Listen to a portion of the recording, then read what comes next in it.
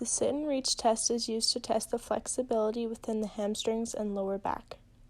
This test is aimed towards people within the age of 6 to 35 with a low to moderate fitness ability, as well as those who are able-bodied or disabled. It is required that you show up to class wearing clothes that do not restrict your movements. For example, you see the subject wearing athletic apparel such as tights and a shirt that doesn't restrain your movement. The subject is expected to follow the directions as given. For this test, we will be using a sit and reach box. It is important that this box is up against a wall so that it doesn't move. The test is pretty simple. First, we need to make sure that the subject removes their shoes. This way, measuring their hamstring and lower back flexibility won't be affected by the angle of their ankle. Second, we must make sure that the subject's legs are straight. The test administrator may help the subject hold their knees down if they are unable to do so themselves. The tester needs to make sure that the subject is warmed up for the test so that their muscles are loose. Make sure that the subject does not do a bouncing rhythm when completing the test.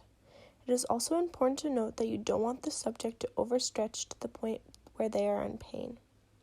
Since the subject is already warmed up, we are able to jump right into the test by having the subject overlap their hands with the middle fingers lining up. The subject must push the scale as far ahead as they can and hold their position for 3 seconds, and then they are able to release. Once they have released from their 3-second hold, the tester will then record their results and have them complete the test for a total of 3 times. The test administrator each time must return the measurement tool back to 0. If the subject does not hold for a 3 count, pushes the tab further with one hand, or any other error occurs, they must redo that trial. If someone is disabled, such as missing a leg, you are able to modify this test by sitting with 1 foot flat on the sit and reach box and reaching forward as one normally would.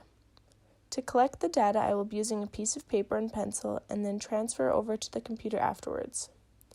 This way, there will be no issues in technology failing.